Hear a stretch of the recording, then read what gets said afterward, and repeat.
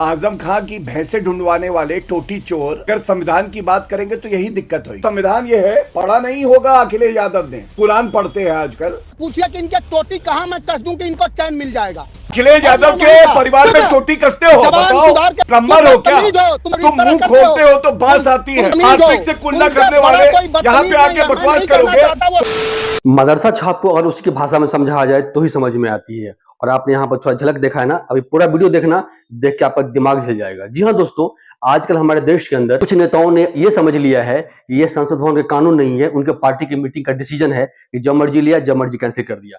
एक कानून जो संसद में पास हुआ है, सबके सम्मति से पास हुआ है, वोटिंग से पास हुआ है, लीगल तरीके से पास हुआ है, उसको कहते हो कि लागू नहीं होगा। इसी पर डिबेट था और डिबेट का आपने थोड़ा सा पार्ट देख लिया है, किस तरीके से गौरव भाटिया ने काका जी को किस तरीके से समझाया है। वाकई में देखने में अभूतपूर्व है और शायद ही ऐसा डिबेट के वजह आपने देखा होगा। आपने अपने थोड़ा सा देखा है ना, आप देखो कैसे बढ़िया से लपेटा है, धोया है, जिंदगी भर याद रखेंगे। देखिए, चैनल को सब्सक्राइब करिए, वीडियो को लाइक करिए। शुरू करते हैं।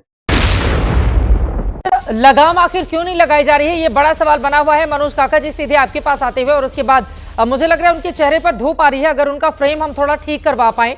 मनोज काका जी, मेरा सीधा सा सवाल है, देखिए वहां पर ग्राउंड जीरो पर जिन महिलाओं को बच्चों के साथ पलायन करना पड़ गया है, उनका बयान सुनिए। उनका कहना है सरकार ने वक्फ बिल पास किया है, उस वजह से मुसलमान हम पर जुल्म कर रहे हैं, हमारे घर तोड़ दिए गए, हमें घरों से निकाला गया, घरों में आग लगा दी गई, मेरे गले पर चाकू रखा गया, मैं किसी तरह से बच कर आई।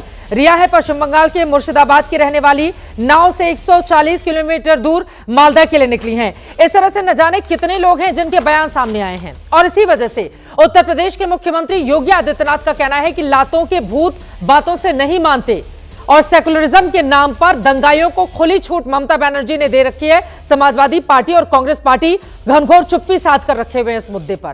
क्या है इस पर जवाब आपका? चित्रा जी, जिनके घर शीशे के होते हैं उन्हें दूसरे के घरों पर पत्थर नहीं फेंकना चाहिए। वो उत्तर प्रदेश के मुख्यमंत्री का जो बयान है उसके संदर्भ में मैं इतना ही कहना चाहूंगा।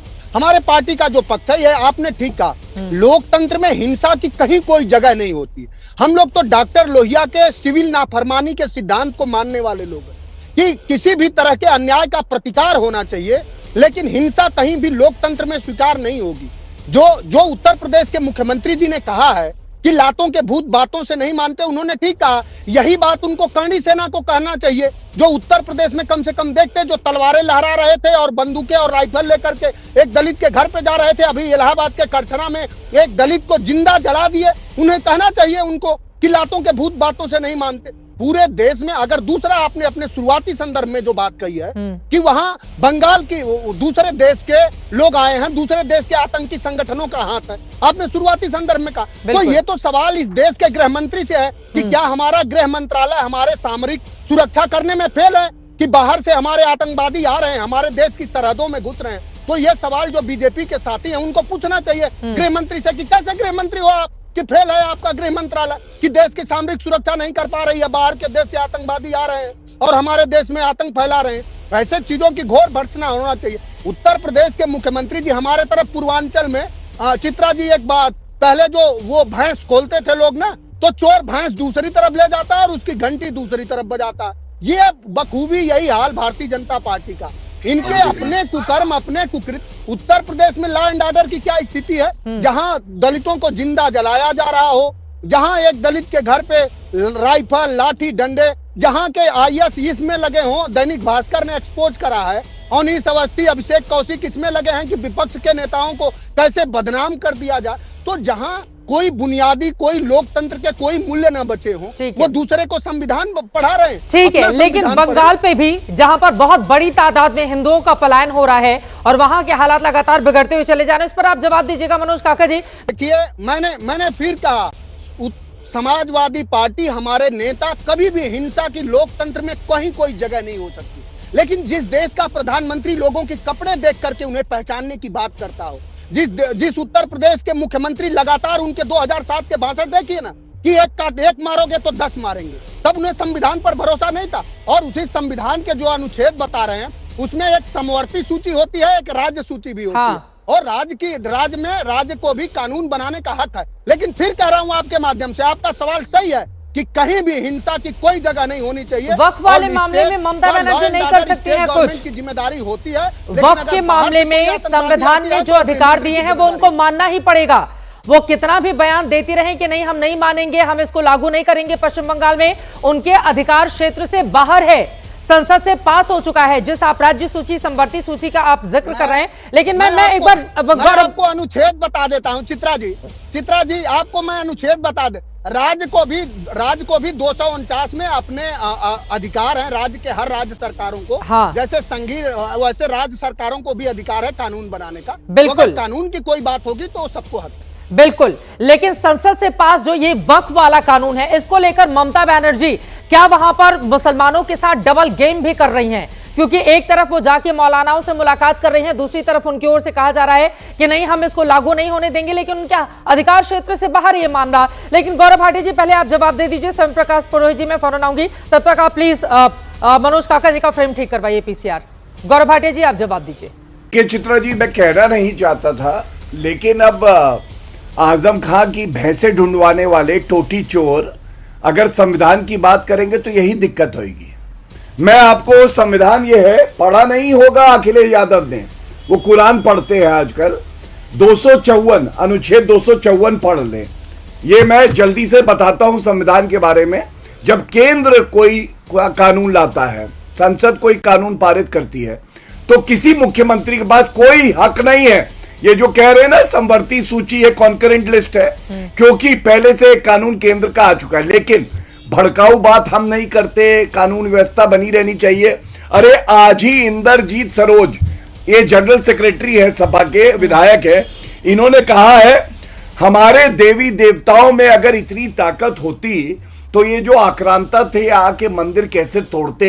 हमारी देवी देवताओं में ताकत नहीं है। रामजी लाल सुमन सांसद है इनके, वो कहते हैं अगर ये लोग कहते हैं कि हर मस्जिद के नीचे एक मंदिर है तो हर मंदिर के नीचे एक बौद्ध मठ है। ये क्या कर रहे हैं? नफरत फैलाने का काम कर रहे हैं, औरंगजेब को अपना माय बाप बुलाते हैं। इसीलिए मैं कहता हूं समाजवादी पार्टी 2017-2022 हारी, बायपोल में 10 में 8 सीटें हम जीते, 2 ये जीते। ये दिखाता है जनता का विश्वास योगी आदित्यनाथ जी के प्रति है।